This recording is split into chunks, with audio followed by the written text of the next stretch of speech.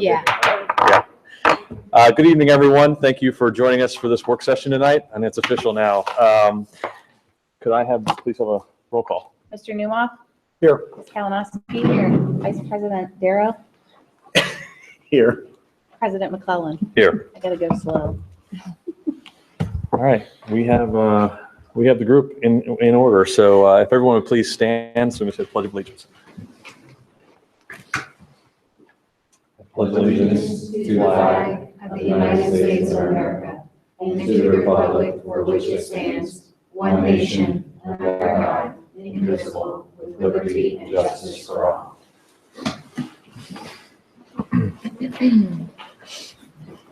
Before we go into the meeting agenda, I just want to call attention to the obvious, and that is that there are only 4 board members here this evening. Ms. Laura Kohler is not here tonight, and that is because as of Friday, she was appointed by Governor Kasich to serve on the State Board of Education. And in order to take on that brand new role, she had to resign from her position here on the New Albany Plain Local Schools Board of Education. So with her resignation, that leaves open for us a vacancy that needs to be filled. And there's been some communication that has been sent out to the community through our email system over the weekend. Hopefully you had a chance to see it, but just wanted to officially, thank you, officially note that we are accepting applications for this vacant position. And you can find more information on our website, but just so that we can let everybody know who might be watching tonight, there are some minimum requirements in order to be a board member. That's state law. You need to be a U.S. citizen, 18 years old, a resident of the state for 30 days, a resident of this district for 30 days, also registered to vote in the school district for 30 days. But also a couple of other things that we would like to have people fill out if they choose to apply for this position.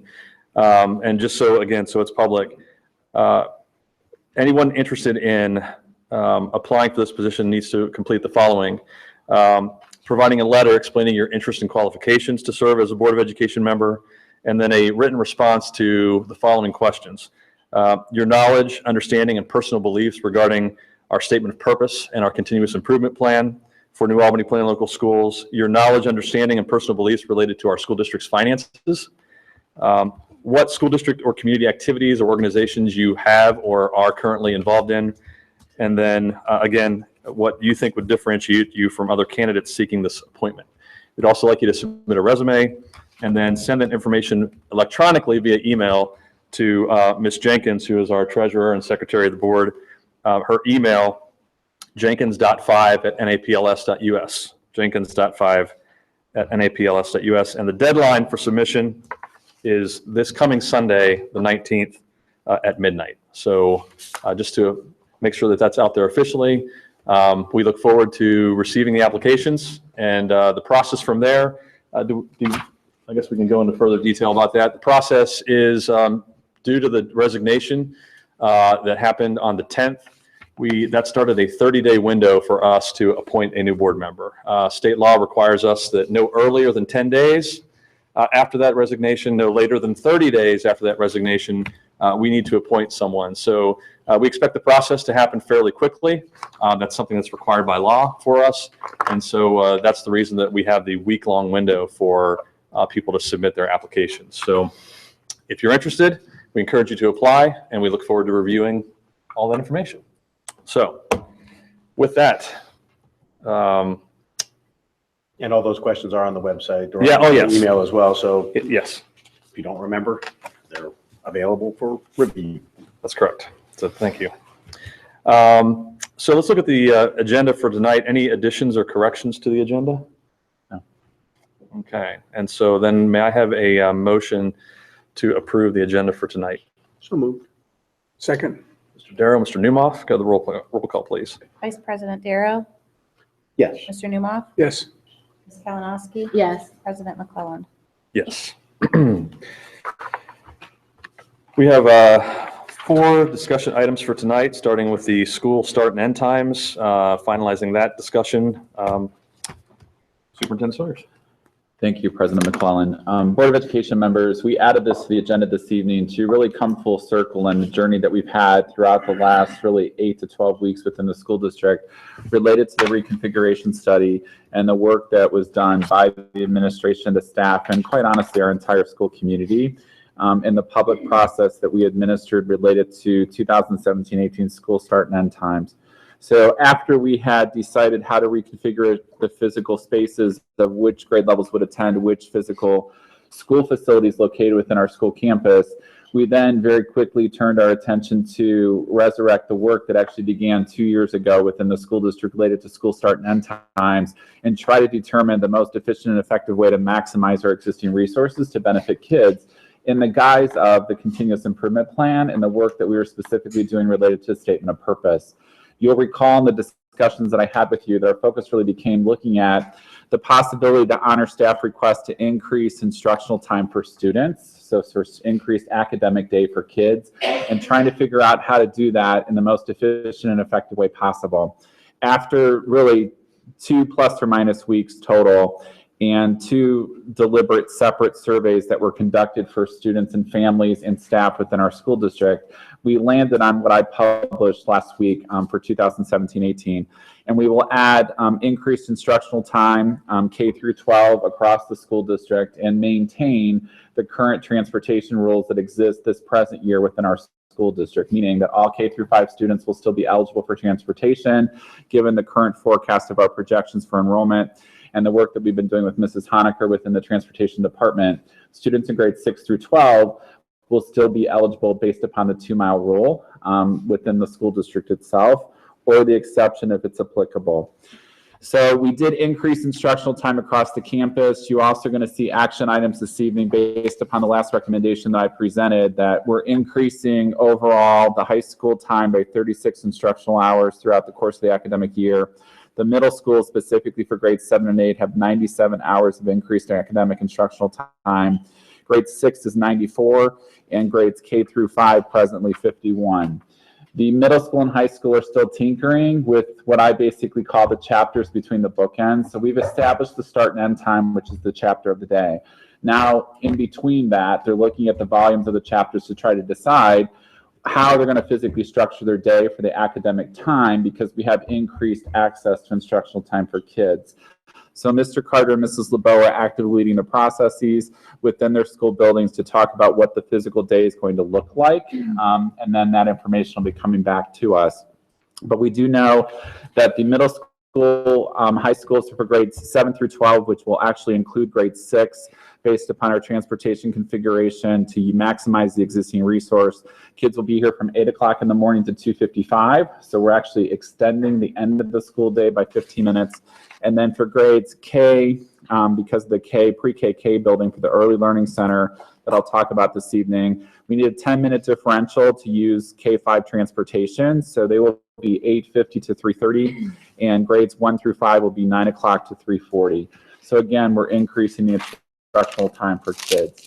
So again, just to bring it full circle, we started this conversation 8 to 12 weeks ago. We've published all the information, and tonight we will finish by taking action related to the school calendar as one of the action items in your agenda that I will talk about when we get there. Are there any questions related to school day start and end times or the public process that we went through to come to our conclusion? No questions, but a comment. I thought the process was handled really exceptionally well. The request for your request for community input, and input from staff members, from faculty members, taking that input and coming up with another option that incorporated it, and running that by staff and community members. I think all of that was really a very well done process and produced an outcome that clearly is in the best interest of kids. So, Thank you. I would just comment and echo Phil's comments. Really appreciate the process that we went through. Heard nothing but positive comments from the community on the results, and appreciative of being able to really pull an audible at the last minute and find an even better solution beyond the first 3 that were proposed. The increased instructional time, so important to so many parents, and the again, just appreciative of the public process and the presentation, the thoroughness that you took. It's becoming a hallmark. So setting the bar high for the next round of public. I didn't do it alone. I want to thank the administrative team because we've spent weekend here 2 weeks in a row on Saturday and Sunday looking at everything that we could find. So I really want to commend the members of the leadership team that spent their weekend here with me, trying to go through all the information that was provided and find a solution that, honestly, back to Mr. Darrow's point, as well as you, Mr. Newmoff, that's really best for kids. And I think the faculty is in a really great place. We found a compromise that meets everyone's needs, but more importantly, meets the needs of kids.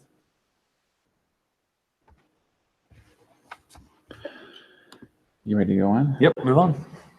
Okay, so the second topic this evening is naming of school buildings for 2017-18. And although there may be interest based upon a later conversation we have this evening related to naming rights, to actually bring forward prior conversations related to naming rights and board policy, it's my recommendation that this evening we account for minimally, beginning with the 2017-18 school year, that we name the buildings as follows. So the pre-KK building will become the New Albany Early Learning Center. So the current K1 elementary school, on paper and for planning purposes, because I need to start moving forward to August, will be New Albany Early Learning Center. So it's the New Albany ELC. The primary school for grades 1 through 3 will be simply that, New Albany Primary School. The intermediate school for grades 4 through 6 will be New Albany Intermediate School. Middle school will still have grades 7 and 8, so it will still be New Albany Middle School, and the high school remains the same, New Albany High School. So for planning purposes, just to keep us moving forward, and again, you may have a different conversation later this evening when we ask you for direction related to a policy for naming rights as a potential option. We can come back to revisit this, but for our purposes for planning, I need to keep things moving forward. So it's my recommendation we have New Albany Early Learning Center, New Albany Primary School, New Albany Intermediate School, New Albany Middle School, and New Albany High School. Are there any questions? That one's pretty easy. I thought so too, but. Wow. Okay, the next topic is the Community Wellbeing Forum, and this is really my infomercial because we've spent about the last 8 weeks, Dr. Troyer and I, working with a multitude of entities outside of the school district, and want to share with our parents at home and our community at large that this is forthcoming. So we're going to do a Community Wellbeing Forum on March 20th here at the McCoy Center for the Performing Arts. We're partnering with the city, the township, Phil Height Medical, or the Phil Height Center, LSU Wexner Medical Facility, Nationwide Children's Hospital, the Attorney General's Office, and a multitude of other partners to actually do a community wellbeing forum specifically localized on substance abuse and prevention. Based upon current national trends or information and the mental health work that's been done through the Community Foundation, through the Jefferson Series, this is an extension of that. So more information will be forthcoming to our public related to it, but the save the date is Monday, March 20th at 7 o'clock at the Jeannie McCoy Center. And we're in the process of planning all this with all those partners that I outlined. And again, our goal is to try to help continue to provide resources and education for the greater community and looking at substance abuse and prevention. To that end, one of the things in the national statistics, and we've kind of demonstrated within part of our culture goal related to getting baseline data within the school district, is to collect information from students. So we've worked with Hanover Research over the course of the last 4 weeks to try to develop a substance abuse survey that we're going to administer to students at the middle school and high school level. It'll be voluntary for participation. We're going to release it next week to families so that parents have the opportunity to see the specific questions we're going to ask to try to gather baseline data from students. Presently, we're targeting February 27th and 28th to administer the surveys here at school during study center or ACT period within the school district. And thank you to Dr. Hamilton for working with the middle school and high school staff to help organize all of this. But we're looking to gather baseline data from students to understand tobacco, alcohol, drugs or illicit drug participation access information, just to help us understand as a school community, but also then to compare it statistically to what's happening in the state of Ohio and to the data that the police department and or city or township have access to help us understand what we as a community can do to try to provide supports, not just here at school, but within the greater community at large, related to this specific element, as an extension of the work that, again, is underway with the Jefferson Series Community Foundation and our city partners already in place. So I sent you the date through email, so it's Monday the 20th of March, 7 o'clock, Jeannie V. McCoy, and additional information will be forthcoming. But given the teaser that I've given, do you have any questions I can answer? I don't have all the details of the program. We're meeting next week to finalize that with the Attorney General's office and Sloan Spalding and I, with several partners from the medical community. So I envision there'll be a keynote of some type. There'll be a panel participation, and there'll be access to additional resources for families to collect resources from those various vendors or entities that will be there as professionals within that community at large for the services they provide. But this is hopefully the start of the kickoff and the conversations that Sloan and I have been having with the city and the school district for really, we hope to have a quarterly forum for the community that's partnered not just by the school district, but again, all these entities working together to provide resources to the school community and to the community at large. Because it's not just localized what happens in the 6 hours and 40 minutes the kids are here, it's localized to life and everything that happens outside the school district as well. So we're trying to engage the community into a series. So I envision this will become a quarterly opportunity that we'll be invited to participate within. And is the focus just on substance abuse? This first one, that's the topic. And will this tie in eventually to the mental health? I think the first one, although I'm tagging it substance abuse, education and prevention, there'll be a mental health component because there's such a correlation between the mental health reality and the addiction for what actually is presented through substance abuse. And that's really the work that Patrick Kennedy just did within the school district, within the community with his visit, to try to raise that awareness. So this is forthcoming, but I think the topic will change. It'll still have something related to well-being, but the specific thread right now to tie into the work that just occurred within the school community and our community at large is the mental health, substance abuse, and prevention education program.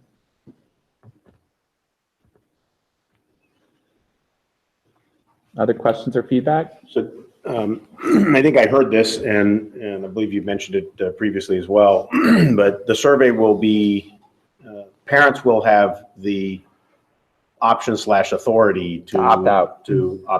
Opt out.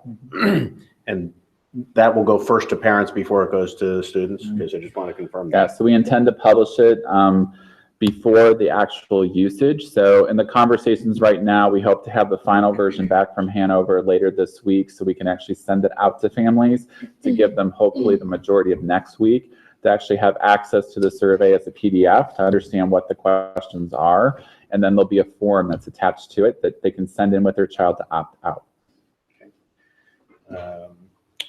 Anonymity is frequently promised, and yet people are very often wary of the reality of anonymity. They assume that even in an anonymous survey that people can track their answers. What methodology do you expect to, or will we be using, and how will you communicate the certainty of anonymous responses? So we as a school district intend to use Hanover Research in Alexandria, Virginia to facilitate the actual survey itself. It won't be localized to anything within the school district. All the answers will go to Hanover through the third-party link that'll be provided to the students. And then we'll get the aggregate data back. So we'll never see the actual collection. We won't collect the IP addresses. There's no login required. The students won't use their Gmail account. It's just going to be a link that kids get access to for really the time frame of their school day. So it'll be administered here at school during their study centers. So it'll be open first thing in the morning. It'll close at the end of the school day, and it'll be turned off. So that link will no longer be valid. So it's only valid in that school for that day. And everything's being facilitated through Hanover, not the school district. If they take the survey here in the school, what assurance do they have of privacy during their completion of the survey? In our conversations with Hanover today, because we asked about the IP address for required login, and that's not the intent. So there'll be no data collection related to the IP address of the student. It's just that they're going to have access to one specific link, again, to complete the survey. So the anonymity should be protected because that was one of the requirements we asked for Hanover. So the purpose for my questions is twofold. One, so that people, so parents in particular and students as well, have confidence in the anonymity. And the second is even more important from my point of view, which is the greater the confidence and anonymity, the greater the likelihood of having valid results. Right. If people don't feel comfortable or safe completing the survey, we'll get data, we'll make conclusions on data that may not be valid just by virtue of selection bias. Right. So, Understood. And agreed. thank you. Other questions? I think it's exciting that, we've got the entire community involved in this. It's Been a lot of work, right, Dr. Troyer? I'm sure. While these other things are happening, but we're getting it done. That's so much more powerful, though, to look at the child's whole life, even outside of school. So I think it's great that we have this initiative where we're partnering, with bigger than the school community. It's been a great partnership and conversation. We have a steering committee that we've been working with that really I think are the Fab Five. So Craig Moore, Rick Bear, Dr. Troyer, myself, and Linda Jakes from Concord Counseling have been the 5 intricate persons attending meetings to try to plan what we can do, and then expanded it to the partnership as a whole to go out to 35 other entities to ask them if they were interested in participating. I only rattled off a few. We've invited 35 to the table to participate and have great response to date. So it's the beginning. It goes back to our developmental goal related to continuous improvement, that there's a element in the learning target related to what happens developmentally for kids. And this is the start of hopefully a long-term solution that we can provide to look at resources, not only for our kids, but resources within the community at large that can benefit some of our families, because it's not just students that may need the support of the resource. So our last topic this evening is the big one. So this is where the real work is. So in our conversations to date, so Becky and I have tried to sit down and have a conversation related to permanent improvement. So we're going to take you on a little bit of a history lesson journey first. So in your folders, you should have the manila folder, a copy of the continuous improvement plan that actually was presented back in 2015.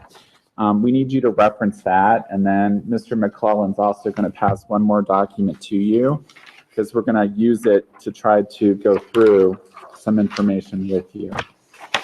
So for probably the next several minutes, are you short one here? I stole, You already had one. yeah, I had one, sorry. For the next several minutes, I want to kind of give you a little bit of a history lesson and make sure we're all on the same page to understand the work that Becky and I are going to attempt to do with you.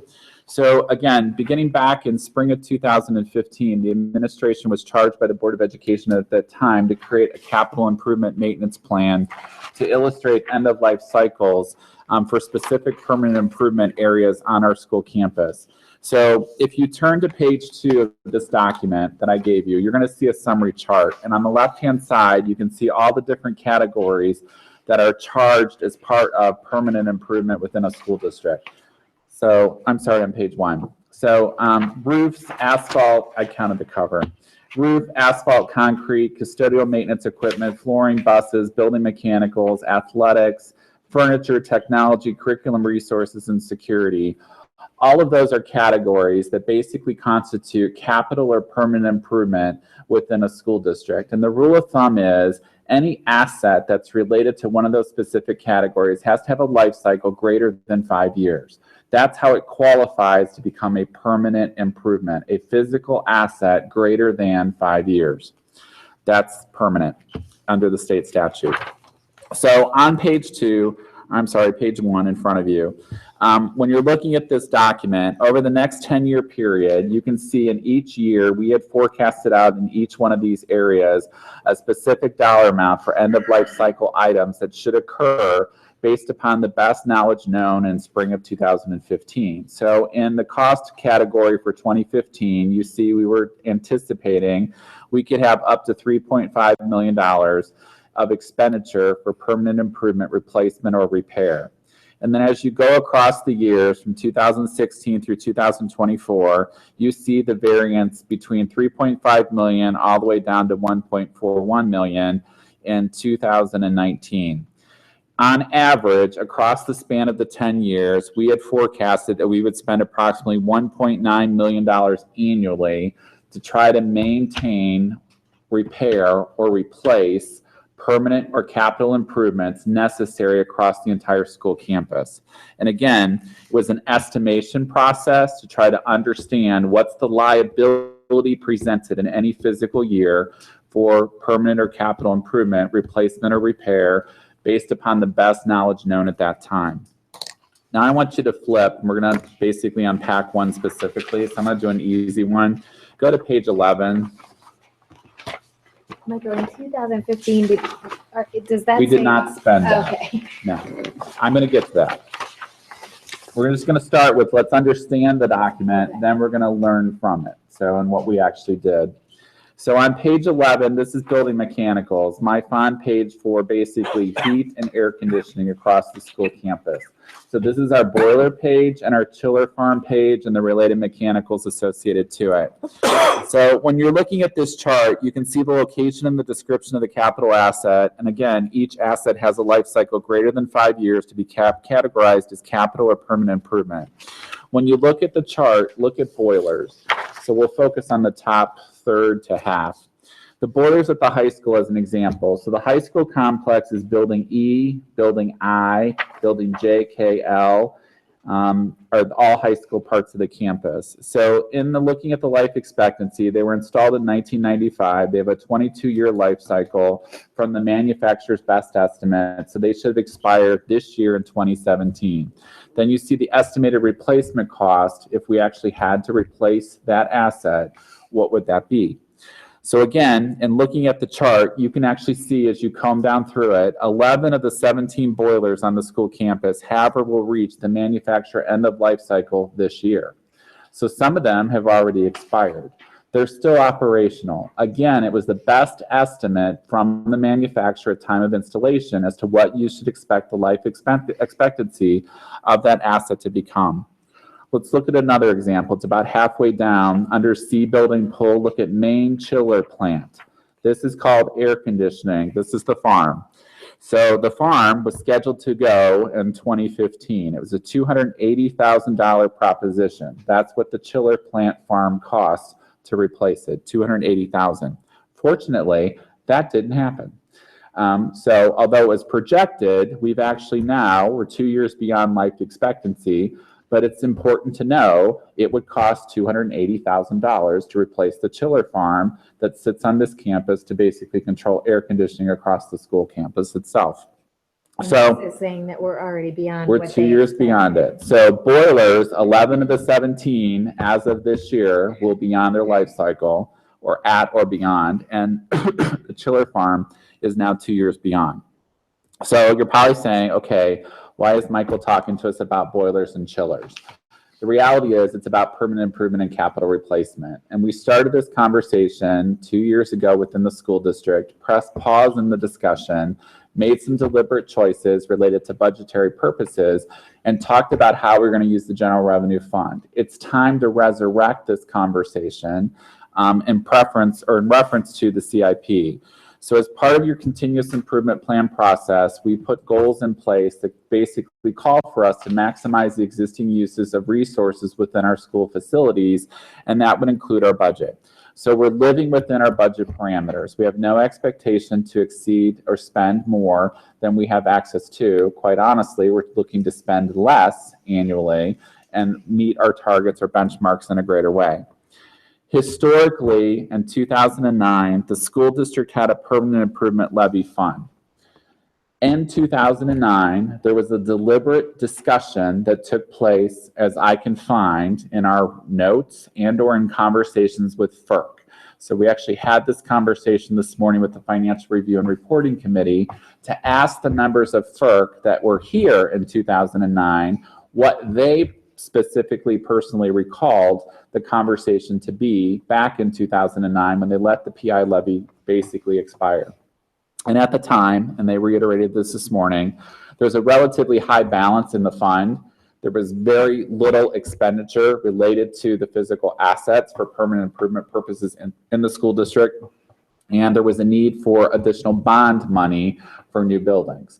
So it was a deliberate choice in 2009 to say, we're going to let the PI levy roll off. We know we're going to have future levies related to bonds, so we won't go after additional PI money, and instead we'll spend down the balance. And since 2009, everyone knew it would be 5 to 7 to 10 years that the fund would eventually be depleted. Well, we've depleted that 2009 fund.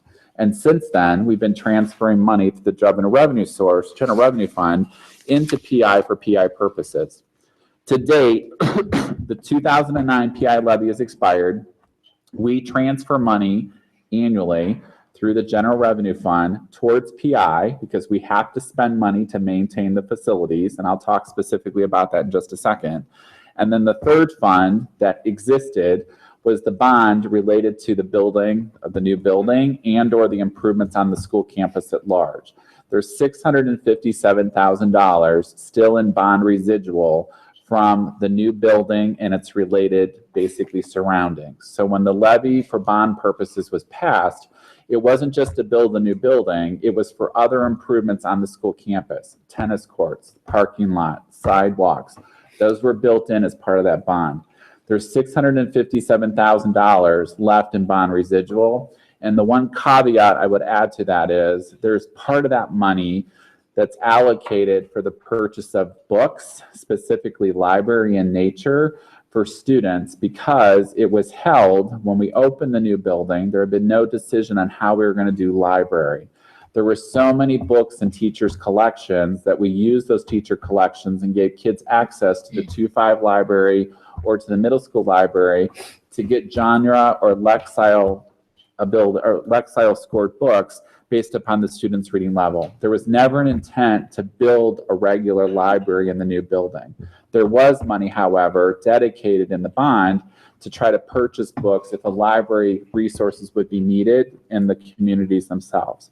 So there is money set aside in that $657,000 that's specifically supposed to be towards books for called thing a library. PI purposes, Becky and I pulled numbers, and you actually have this as part of your chart. So this is the other handout.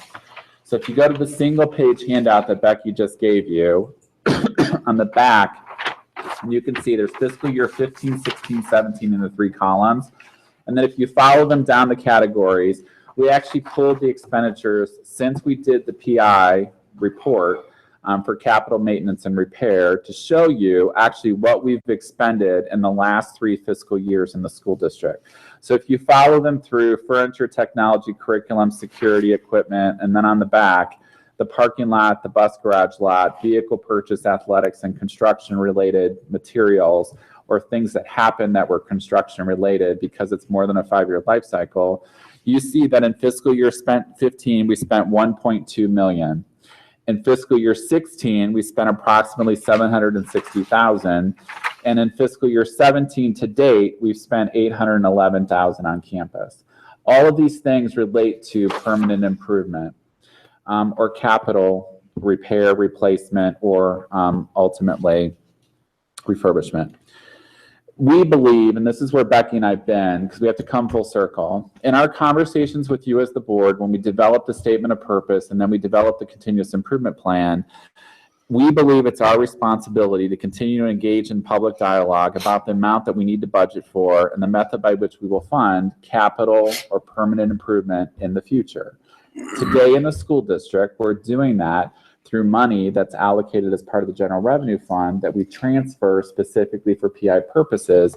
And you can see at the bottom of the page, the total dollar amount in fiscal year 15 that we spent out of PI was $112,000, and we spent over $1 million out of general revenue. In 16, it was 279,000 versus 480. And then in 17 to date, we've spent 567,000 out of PI because we had made the transfer last year, or 243,000 this year out of the general revenue fund. We believe as part of the upcoming budgetary cycle, because it's February, we start budgeting in March. So we're in that pathway now where budget has to begin. From the budget in March, we lead into April doing simulations with you related to the 5-year forecast. In May, you have to adopt the updated 5-year forecast as required by Ohio Revised Code. So Becky and I, when we look at this information, we start unpacking the 5-year forecast. The current 5-year forecast has $3 million built into it over the course of the next 5 years for this thing called permanent or capital improvement.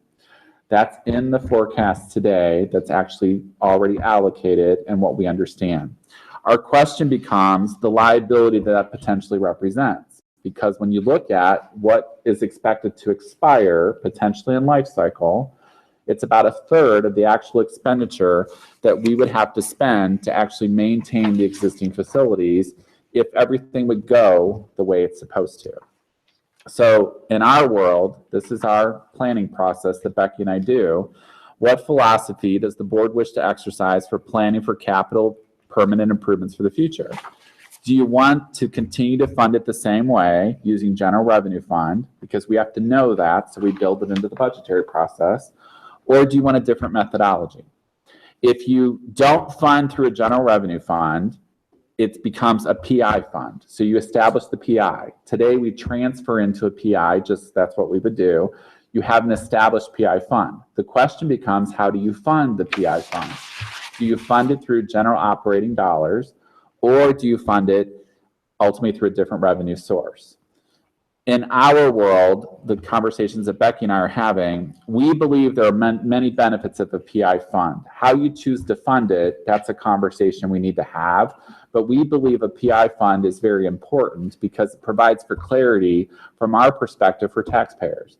There are specific reasons why, under Ohio Revised Code, you can spend permanent improvement dollars.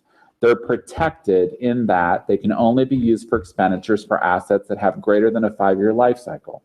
So once you put the money into an account called permanent improvement, it can only be used for permanent improvement. The question becomes, how do we fund that account? And we're bringing it forward because we need this information in order to meet your goal and requirements that you've outlined for us through the CIP to talk about budget management, fiscal responsibility, and sustainability for the future. And our worry is that right now, in our general revenue dollars, we don't have enough money in a potential year to meet the liability that could happen. And we know it's could, so we're in the process right now, and our last 2 years illustrate that. Just because something's end of life cycle by a manufacturer doesn't mean it's actually going to expire. So we're going through the process today in preparation for the budgetary development that we need to do to update this plan to kind of deal with what happened in the last 2 years, what really did get fixed or replaced, and what did not. And if it didn't, then we have to push the life cycle out to represent. It's no longer 2015, it's now 2017 or it's 2018 or whatever it's going to be based upon the inspection that would take place. So Becky and I have talked about the need to do that. After that, we have to dialogue with you, and that really starts tonight, to understand how you want to prioritize and fund capital or permanent replacements for the future to allow us to understand how to budget for it in the March process that we begin, how it then folds into your April conversations related to the 5-year forecast, and then what it means in May when you actually adopt the 5-year forecast.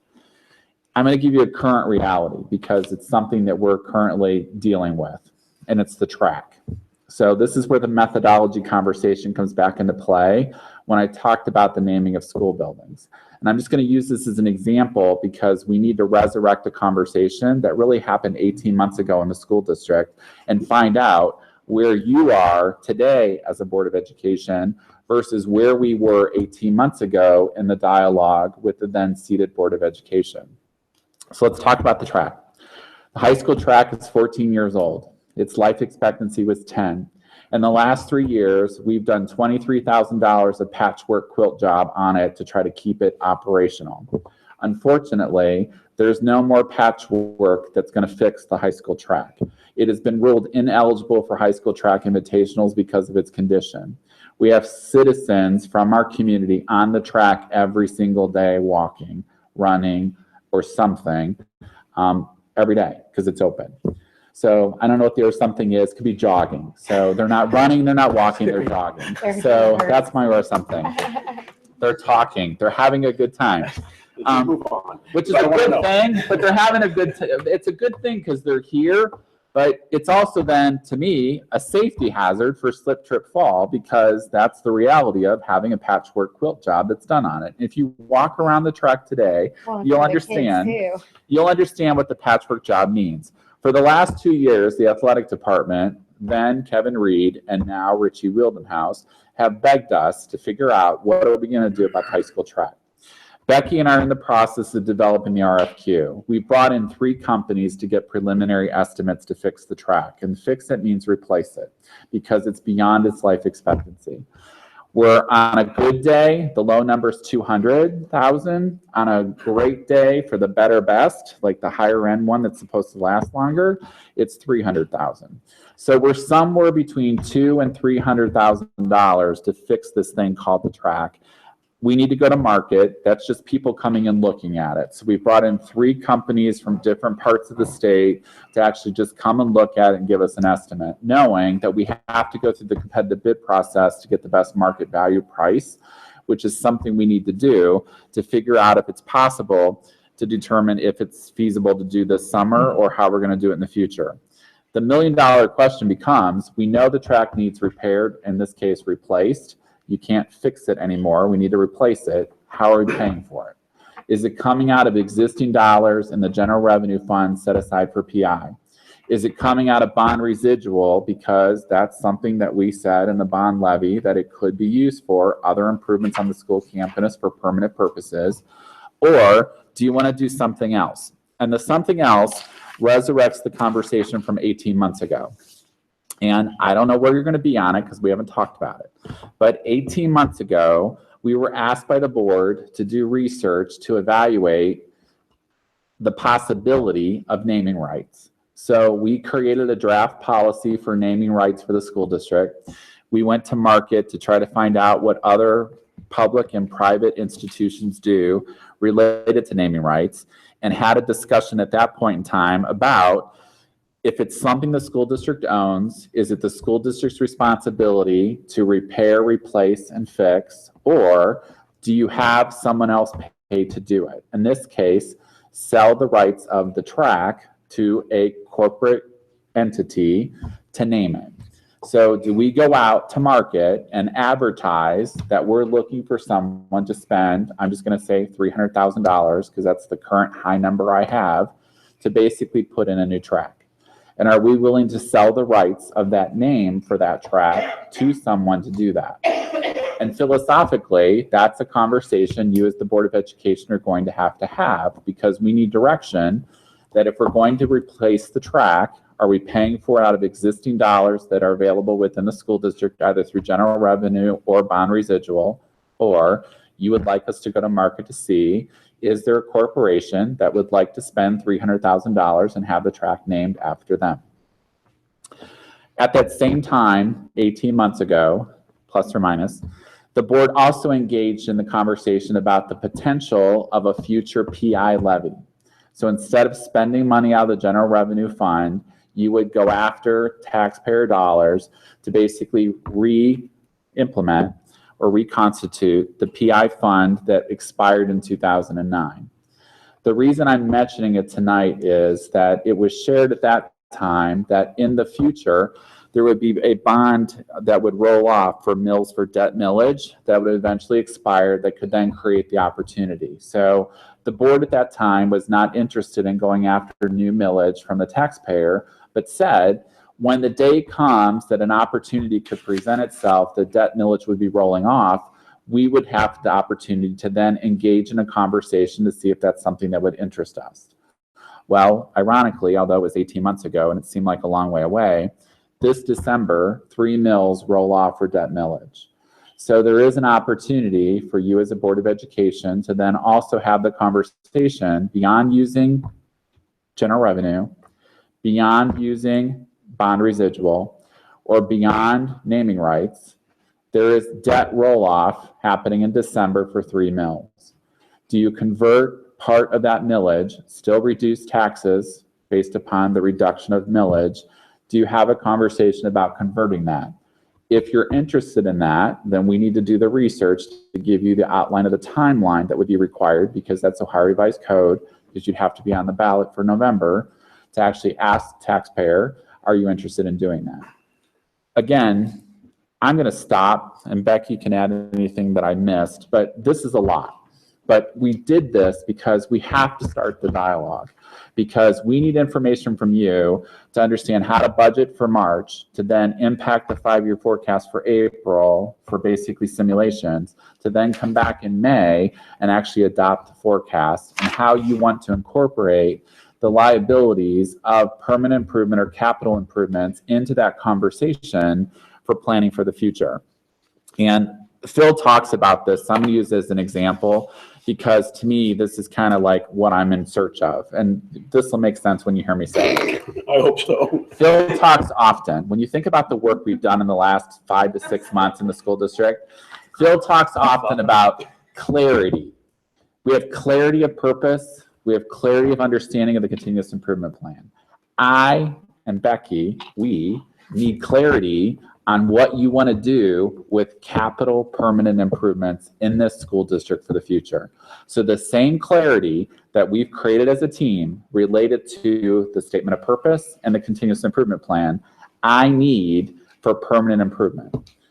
We need to understand, how are we going to tackle this monumental task that this spreadsheet represents? And granted, it's 2 years ago, but eventually we have a beautiful campus. We have wonderful facilities.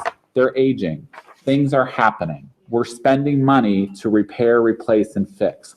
That's going to continue to happen. That's our responsibility.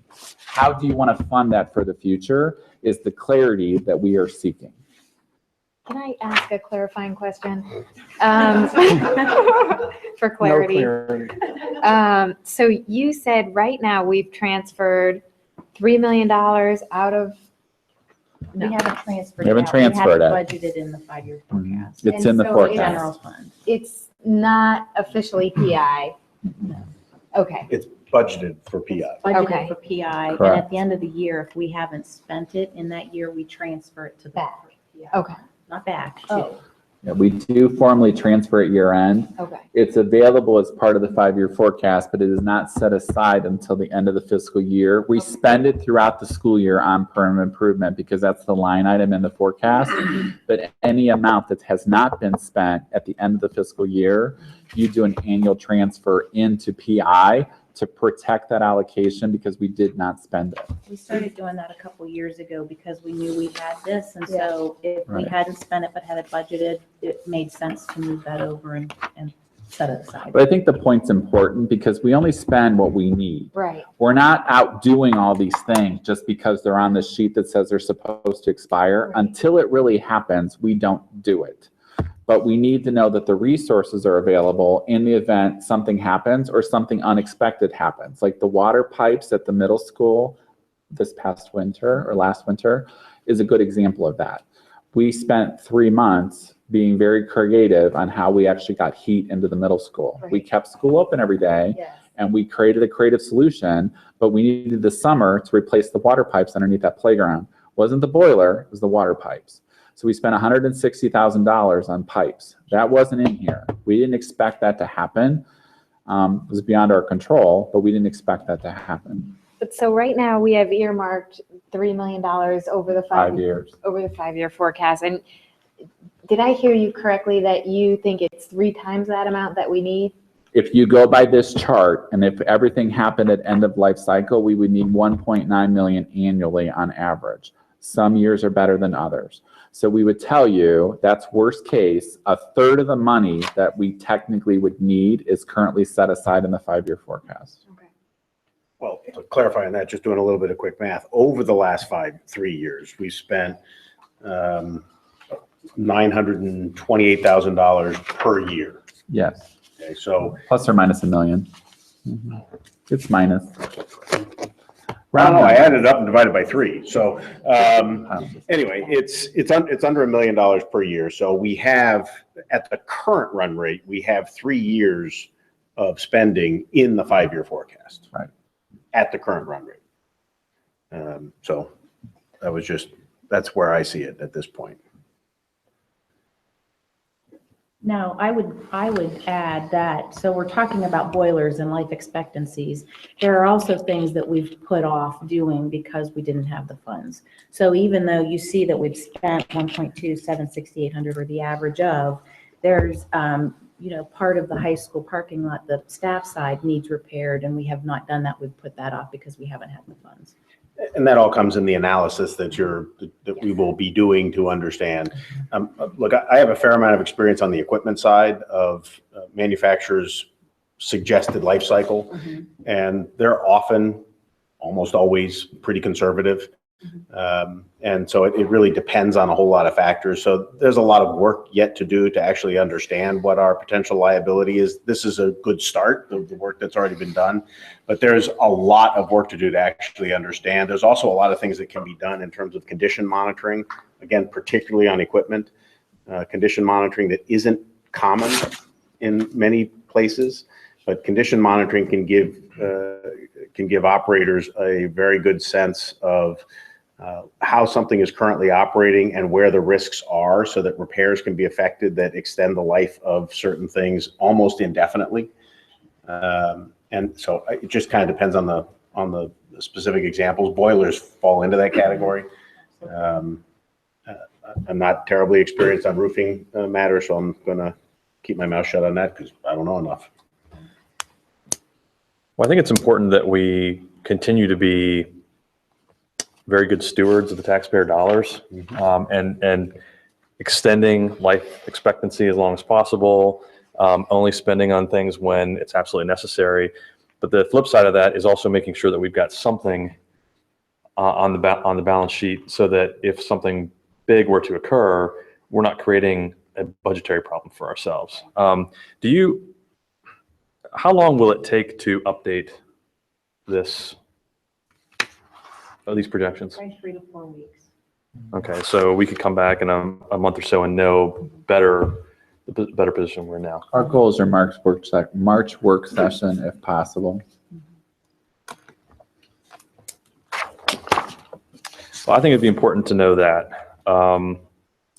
The other thing that I would be curious about is we have the 3 million built into the forecast, but if things were to just absolutely start falling apart, if the projections here started to actually occur when it came into the calendar, what would that do? I mean, do we have any projections, or could you run numbers on what that would do to our forecast? I actually I didn't do the 15 and 16, so that's like, $5.5 million. I didn't do the 15 and 16, but if you just take 17 through 21 and add to what we already have in the forecast to equal those dollar amounts, you go from having $3.9 million positive ending cash balance at the end of that 5th year to a negative $2.2 million.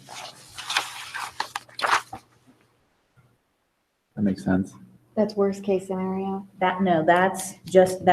So don't even think about 15 and 16. So the first 2 years are $5.5 million. And we said we paid some of that out, but not all of it. I didn't take any of that to add into this. I just used fiscal 17 and took what I already have and put the remaining portion in to equal this $1.6 million into the 5-year forecast. So you're adding those dollars. So you make the forecast goes from positive 5 years to a negative. And then these numbers have not been, so one of the things to point out is that one of the not main reasons, but one of the reasons we want to update this is that buses, when we did this, we were placing more than a couple of buses a year. We've reduced the fleet, so we don't have that replacement cost. So that certainly would need to be updated and reduced. We do have money in the forecast, all 5 years for buses. The next two, a little more than we normally would because of the EPA grant that we received. Okay. So, you know, there will be, so even though it hasn't been adjusted for inflation, we also know that some of those numbers need to decrease. Okay. So I thought that that was probably just a good, use the number that's in here to see what it looks like in the forecast. So I certainly appreciate the desire to have information quickly, but I think it's important that we challenge the providers of our maintenance and repair services to think more broadly about opportunities to extend the life of equipment and of other components that are expensive, and figure out what we can do to go beyond manufacturer's life expectancy. So we're not just taking, you know, the chart that we have and running the same data out farther. I think we need to really understand what the likelihood is of some of these things. This is a guess, and I share John's concern with wanting to make sure that we protect the taxpayers' assets as much as current tax revenue and tax expense for community members.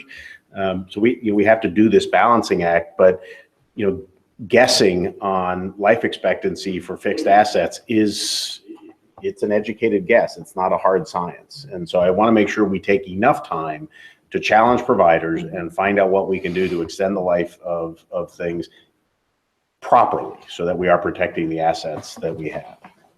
And I absolutely agree with that. We have a staff person who actually monitors a lot of our systems, and I think does, maybe not to the extent that you're speaking, but he certainly monitors all of those things and is doing everything that he can to keep them in place. We want his input as well, not just. Don't doubt that at all, but not everybody, again, condition monitoring is not necessarily something that everybody does. And I'm sure, the staff member we have is doing the very best job he or she can. And I have no reason to doubt that, but I still want to make sure that we're getting input from others and making sure that we get the best information to make this guess.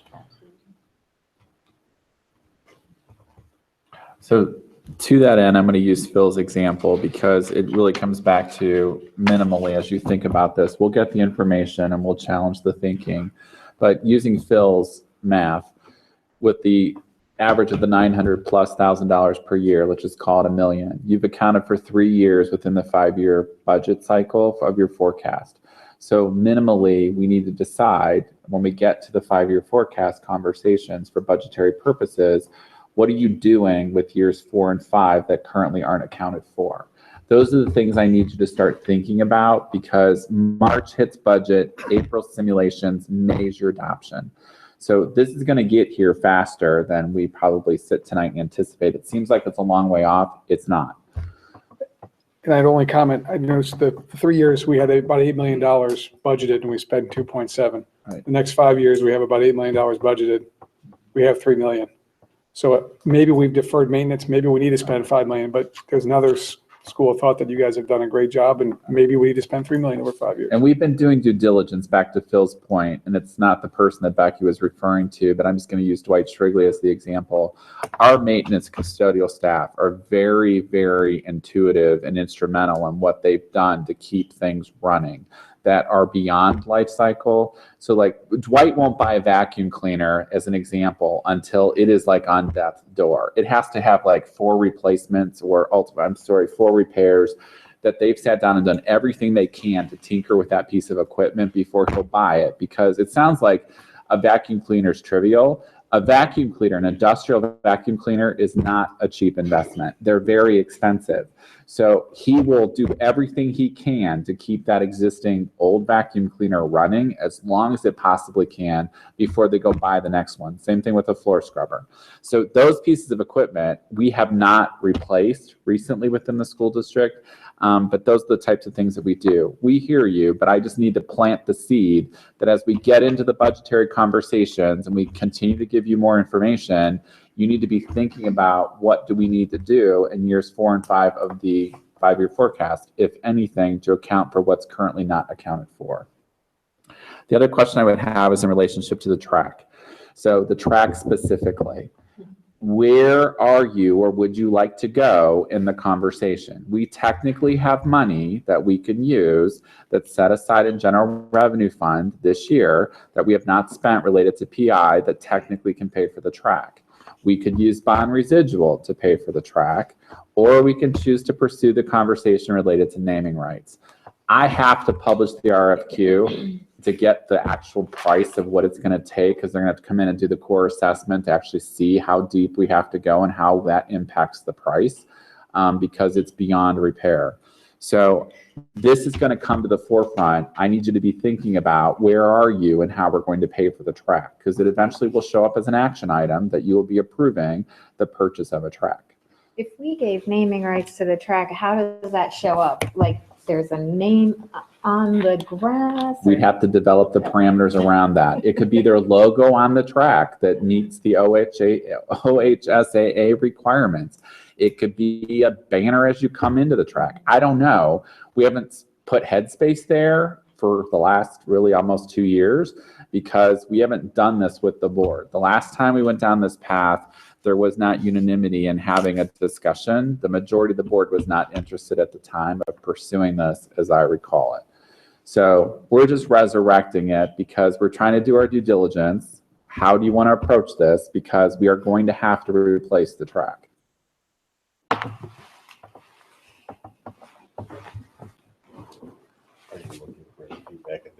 If you have some you'd like to offer, that's great. If not, just be prepared that I'm going to publish the RFQ and this is coming forward.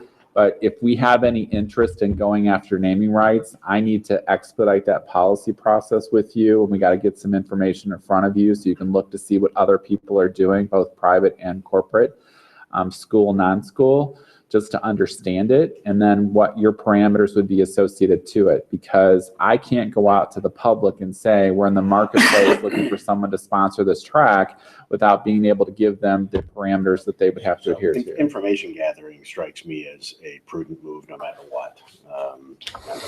You mean to see if anybody's interested? No, I mean, to find out what the parameters are and what, Other schools are doing. Yeah, I mean, Okay. at this point, I certainly don't have enough information to exclude any option, and I believe in making a fully informed choice, and I don't have enough information, so. I would second that, look at more information, although I would also offer, should we look at a broader policy rather than focus strictly on the track?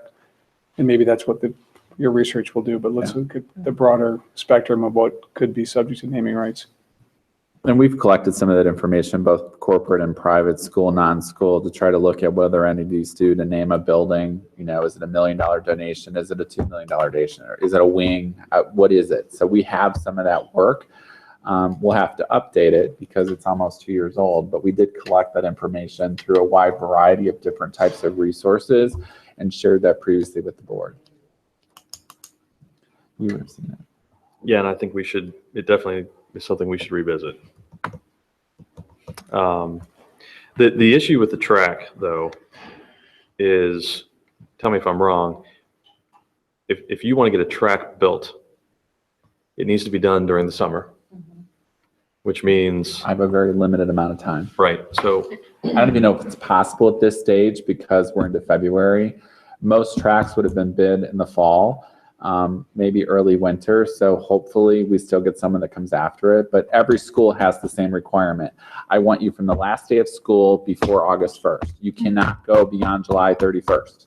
That's in every contract related to a track because of football and everybody coming back and the liability that represents. So there's a very localized 8-week window that we basically would say, I need it installed and you have these 8 weeks to do it. so there's the possibility that we may not even be able to get it done this year. I don't know without going to market. So I think we have to run all these things concurrently, right? Yeah, I think We you have to run the have to- RFP process. Yeah, we you just have to go, yeah. Yeah. We're gonna end up putting it all at the same time. It's just that we're gonna have to move once we get the information on the RFQ. And if we're not prepared to have the answer on naming rights, then we just move forward and we pay for it through existing resources within the school district as we continue that Can you name it conversation. afterward? I don't know, because in the research that we've done the last time, if it's a logo issue or specific color to a company, because tracks come in different Sure, colors. Sure. The company may say, the only way I'll give it to you if it's X color dominant and this color for piping for the lane or the lines. So that, or it can just be as a parameter, you give us the money, we'll tell you what color it's going to be. Because quite honestly, the cheapest track to buy today is actually red. It is not black. So red is the new color, and it's dominantly the cheapest one to buy. And the 3 people that came to look at our track, they all said your cheapest option for good, better, best, it was red. Hey, if they can add a little black to it, then it'll get kind of close to our. It'll be on top of Yeah. black. It'll be fine. So the naming rights have to, well, they don't necessarily have to happen during No. construction. They don't. So It just, we have to understand the parameters. It just may be our choice of naming, if we would sell the track, would not involve a logo, perhaps. It might involve scoreboard time. It might involve a banner. It might involve a blank night at the football game. I don't know. We have to think about that. Can we just, on the permanent improvement discussion,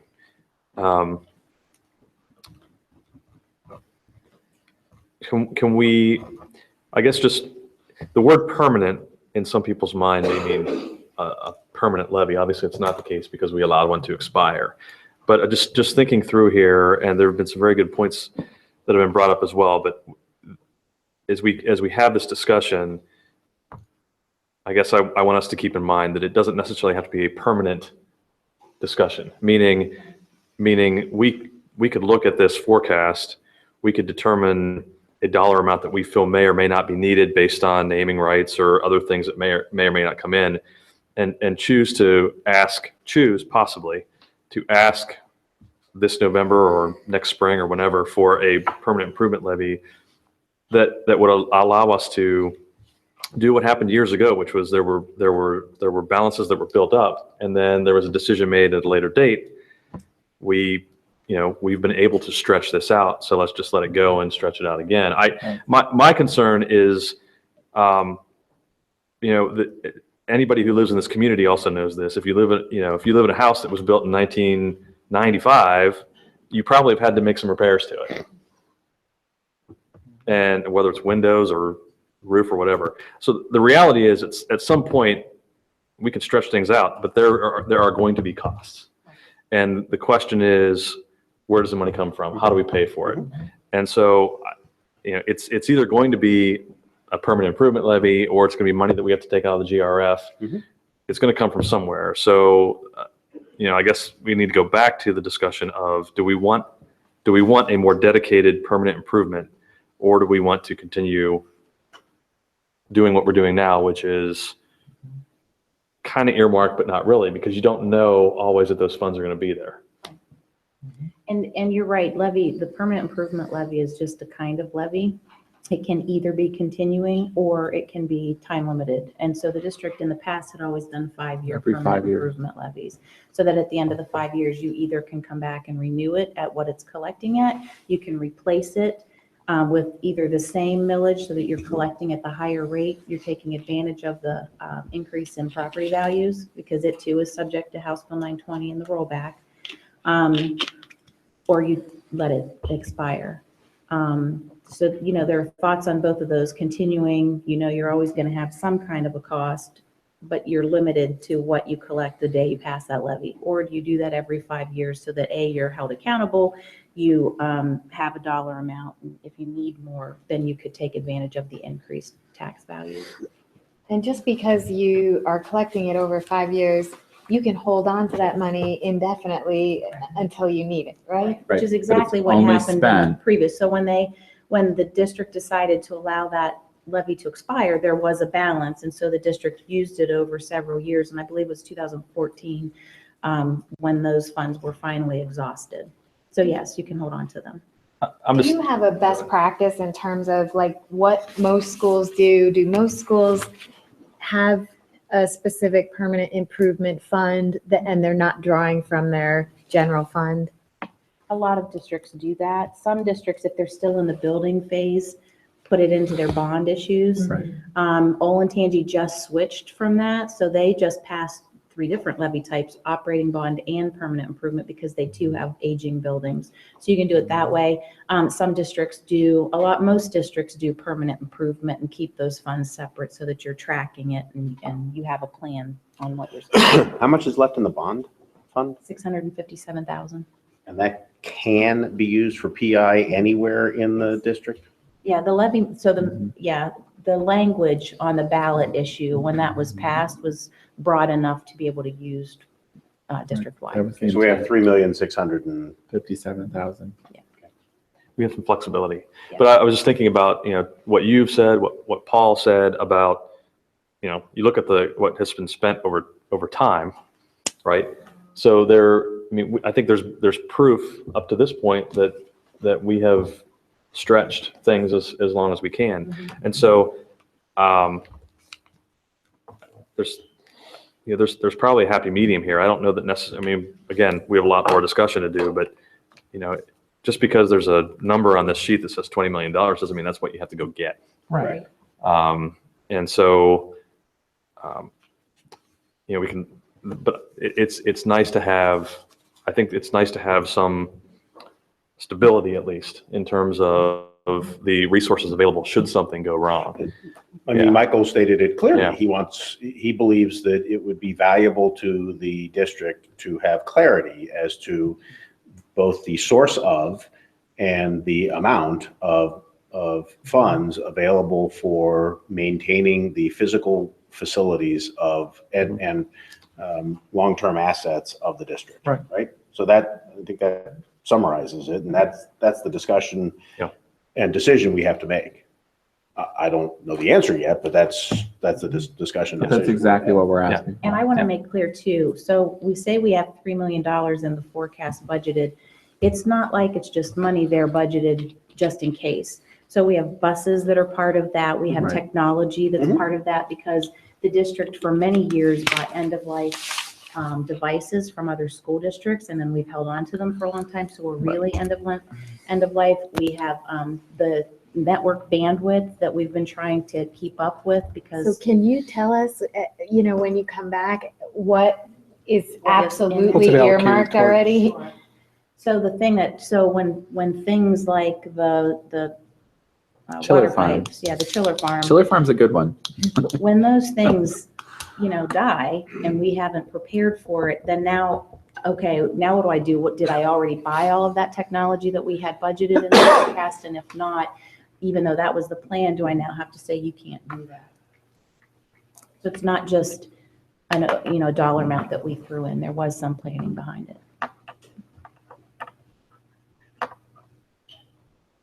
Lots to think about. Welcome to our world.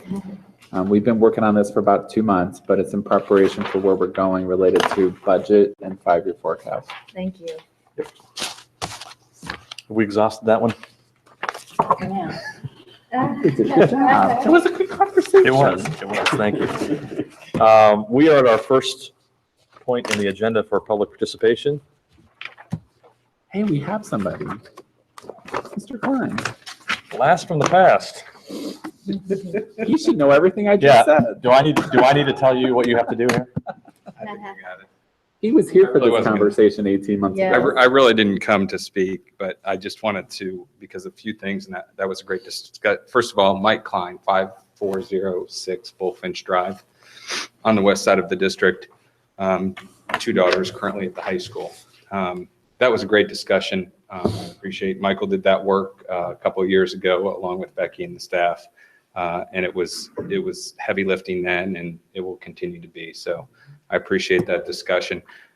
Just a couple of things that I wanted to talk about as it related to the track, which I believe is actually a critical need at this point in time. Just to keep it in perspective, we only have one track. Of the 31 OCC schools, every other OCC school has a middle school track as well as a high school track. Sure. So the middle school students use that track as well. And I don't believe any of you have kids at the high school currently, but I would encourage any of you to walk out there at about 3 o'clock any day when the weather is nice And that track is packed with over 100 kids every day. Not just track kids and cross-country kids, but whatever sport is in season. And I would say, and Michael, you can correct me if I'm wrong, that track is, if it's not unsafe, it's borderline unsafe. And it's not ruled unsafe, but it's approaching a safety liability issue. If it was unsafe, we would have to close it. We're not there yet. Right. And the point is that the substance of that track just keeps tearing away. And so the kids then can't run on it. So that, and to also keep it in perspective, my daughter's a junior and we won't be able to replace it this year. She has not run a home track meet. And so those kids that are at the high school now don't even have the ability to run one. So there is no senior day for those kids the last, well, this will be the third year that we're seniors to even be honored, at least on our track. Right. And I just think that that's, part of the high school experience, and considering there's over 100 kids every day on that track, that is a great concern. But, and Michael, I'm sure you know this, as part of the board a few years ago, we do technically have a policy that we used when it came to naming rights, and it's actually gifts and donations. And I could use Mr. Krebs's donation of $500,000 a few years back for the turf in Veterans Field. And anybody who goes to the stadium will note that Veterans Field is superimposed on the turf. As part of that gift, Mr. Krebs asked, the only thing that he asked for that donation of $500,000, that it be named Veterans Field, and that for the life of the stadium, any and all veterans would be admitted free. And that was the condition of, at that time, Superintendent Dominy accepting that $500,000, and the board approved that unanimously.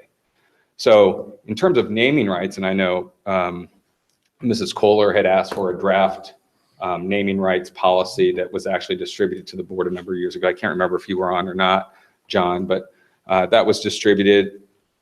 Mr. Sawyers is correct in that was not, we didn't want to move forward, because I think a lot of the thinking at that time was that as that gifts donations board policy, which is currently on the books, the board has designated the superintendent and or his or her designee to make decisions as it relates to gifts. Those individuals who may want to step forward and donate $300,000 for a track, let's say somebody came to you tomorrow. Currently under gifts, you could accept or reject that, and then take it to the board and say, this is what's happening. So there is kind of a policy there now, if that's what the board wanted to use from my perspective. 1 minute left. Thank you, Becky. So I know this is a great discussion, and when Mr. Sawyers talked about using PI funds, you're using that in real time. So back when we had this discussion 2 years ago, you were hopeful that boilers didn't blow. You were hopeful that roofs didn't blow off. But again, you're really week to week on those things. But I really wanted to talk to the track issue, just because it is an immediate issue. I would hope and would encourage the board to approve anything, hopefully, if they can get everything done to move on that this summer, because it is, we talk about the kids all the time, and I agree with that philosophy. It's time that these kids be allowed to have some sort of, not just track season, but use it and not have to worry about safety or whether, we have to patch it. So I think that is a worthy of a $200,000 to $300,000 expense at this time. I'd be happy to answer any questions that you would have. Thank you. Thank you. Thanks, Mike. Any other, just the one, Patrick, right? Okay, superintendent items. I just like a motion that we can accept all items, I think A1 through D. So moved. Kalinowski, Second. Mr. Newhoff.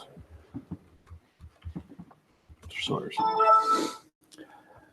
So in your agenda this evening for action items for personnel, I had shared with you previously in communications that we were in the process of interviewing for the transition of the early childhood preschool program for the Educational Service Center of Central Ohio. So Jackie Zieber has been recommended to become the new coordinator of early childhood and non-public school special education services. She's presented this evening the transition from the assistant director of elementary special education services to that role effective this summer as part of the transition for bringing preschool in-house from the ESC. So that's the major agenda item that is actually present under personnel for you this evening. The other two classified hires were in relationship to the public hearing that you held at your last meeting to meet the statutory provision of hiring retired persons that serve in a substitute capacity. So they're presented this evening for that purpose. Letter B this evening is the adoption or really modification of the school year calendars for 2017, 18, 18, 19, 19, 20. Again, this is to be transparent with families that in the recommendation to change school day start and end times and the bell schedules across the school district, that we were incorporating 4 2-hour delays into the school calendar respectively in each of those school years. We've selected the specific dates for those to create consistency with families within the school calendars, and they're presented tonight for you for that adoption. In the survey that we conducted with families, one of the questions I had was, how soon will we know? So we were very diligent in trying to provide future information for school years. So I'm recommending this evening that you actually adopt the revision to the calendars to incorporate the 2-hour delays to let family knows when those will actually be taking place. Letter C is a recommendation to approve a technology purchase. This is for funds specifically from the federal IDEA grant. So we have to, based upon the dollar amount, actually approve the use of those funds because they will be used to purchase technology for kids. And letter D is just a standard agenda item for a senior that has moved out of the school district that will have the right under board policy to remain here for the remainder of the school year. Any questions? Is there any rationale for the 2-hour delays being Wednesdays all the time? We did that to be consistent. So we actually went through the school calendar and looked at all the years where the holidays fell. Mondays and Fridays typically are not great for families and or for staff members for basically looking at consistency for usage. So we tried to look at all school calendars and all months and tried to pick the consistent day. There's one exception that there's a Thursday, but it's because of how specific holidays fall in the month of October in that year. Otherwise, it is consistently the same day.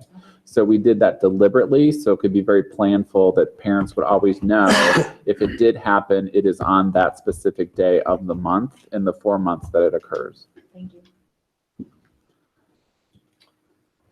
The senior waiver, I'm just not familiar with it, so can you just, So I read the letter, so I know what it is, but I'm just Right. not familiar with what the So policy is. pursuant to Board of Education policy, if a 12th grader who has resided in the school district leaves during his or her senior year because the parents move out of the school district, he or she has the right to remain as a student at New Albany High School to graduate from the high school even though their parents no longer live in the school community.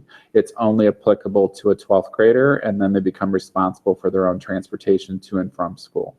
But they have the right to remain for the duration of their senior year to allow them to graduate with their class. And again, is that after the school year starts? It actually can happen towards the latter part of summer. So there's some that ultimately do come in July or early August before the school year would actually begin.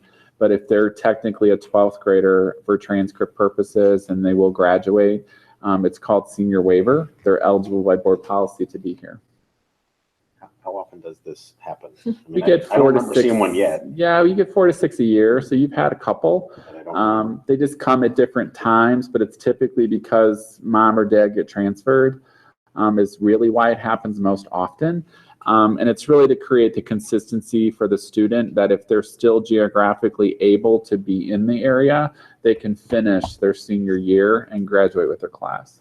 So we get 4, 6, 8 a year. It just depends on the year. Sometimes there's more or less. It just really depends on the family circumstance. Seems like a reasonable policy, you know. It's really to benefit the kid. Oh, yeah. And when really you step back, it's like they've been here almost in most cases their entire life. And then something happens and then they want to graduate with their friends because they're in the middle of core content and don't want to go to a different school. So it's in the best interest of kids. Any other questions? Roll call, please. Ms. Kalinowski? Yes. Mr. Newmaw? Yes. Vice President Darrow? Yeah. President McClellan? Yes. Now I need a motion to enter into executive session. This is as permitted by section 121.22G4 of the Ohio Revised Code to prepare for negotiations or bargaining sessions with public employees concerning their compensation or other terms and conditions of their employment, and for the consideration of the appointment, employment, promotion, evaluation, or compensation of a public employee. I need a motion. So moved. Ms. Kalinowski, and a second. Second. Newmoff, roll please. Ms. Kalinowski? Yes. Mr. Newmoff? Yes. Vice President Darrow? Yeah. President McCollum? Yes, and there is no expectation of any action. So thank you all for coming tonight, and we'll see you in a couple of weeks.